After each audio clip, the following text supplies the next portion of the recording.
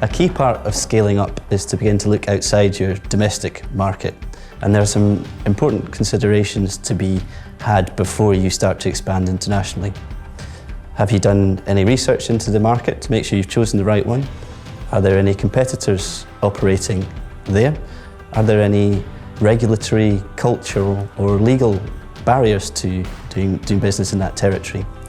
As part of the PKF network, we have colleagues in over 150 countries around the world who have a great deal of expertise in their local markets and the appropriate regulations. The first step for many businesses when expanding overseas is to begin to sell their goods to overseas customers or to provide services remotely to those overseas customers. This is a great first step because it allows them to explore those markets without taking on the risk, complexity or cost of establishing a permanent presence overseas. That said, even taking this first step brings with it new complexities to consider.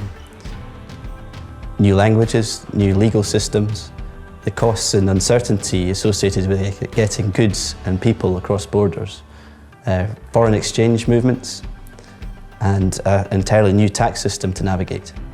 Of course, one of the biggest challenges at the moment is Brexit and the impact that that will have when doing business with the EU after the end of the transition period this year. It's going to be important to monitor the negotiations during that period very carefully and to build the outcomes into your planning at as early a stage as possible. When I'm asked about the tax implications of doing business internationally, there are a number of key factors I like to flag up. One of which is that customs, VAT and sales tax will be different. It won't be the same as doing business in the UK. Another factor to bear in mind is that you may be subject to tax on payments that your customers make to you. You may also have an obligation to pay overseas tax on profits that you make that relates to overseas activity. The landscape here is changing, particularly for digital businesses. For instance, there's a lot of media attention at the moment about the level of tax that large online business is paying. In response, France, UK and other states are introducing digital taxation based not on existing principles of international tax, but on the location of digital consumers. As the level of your overseas presence develops and legal entities are created, premises acquired or permanent staff recruited, then the potential tax consequences increase. And early planning is vital to minimise the tax burden both now and in the future. So if you're going to set up physical presence or have people in your location of choice, then things are going to get very much more complicated for you. There's going to be local laws and regulations that you're going to have to comply with. Employing local workforce as opposed to bringing somebody in on assignment is a whole different ballgame for you. We find that multinational organisations and those who are beginning to develop their global presence need support when they're transferring personnel between locations. We need to consider for them immigration status, payroll withholding, social security compliance.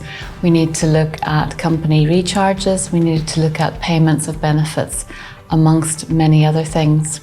We've also found recently that people are transferring away from full-blown assignment and are using more short-term or commuting-based, and we're seeing increased use of business travellers.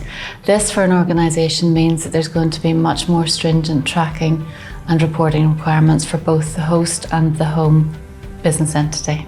So these scenarios present a myriad of compliance issues for an organisation, but they also give us the opportunity to structure the assignment properly. We work at a strategic and pragmatic approach from the very outset.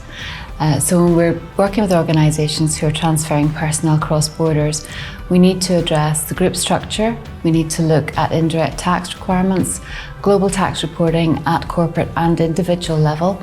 We need to consider social security compliance, domestic tax legislation and its interaction with double tax treaties, and payroll withholding, also how that is impacted by visa requirements. We also work with organisations to establish assignment policies and the underlying process documentation, and these will support an entity's business and talent objectives and will reflect internal working practices. At Johnston Carmichael, we're part of the PKF international network of 400 firms across 150 countries. This means that we have representation in home and host locations to ensure that your international growth is as seamless as possible.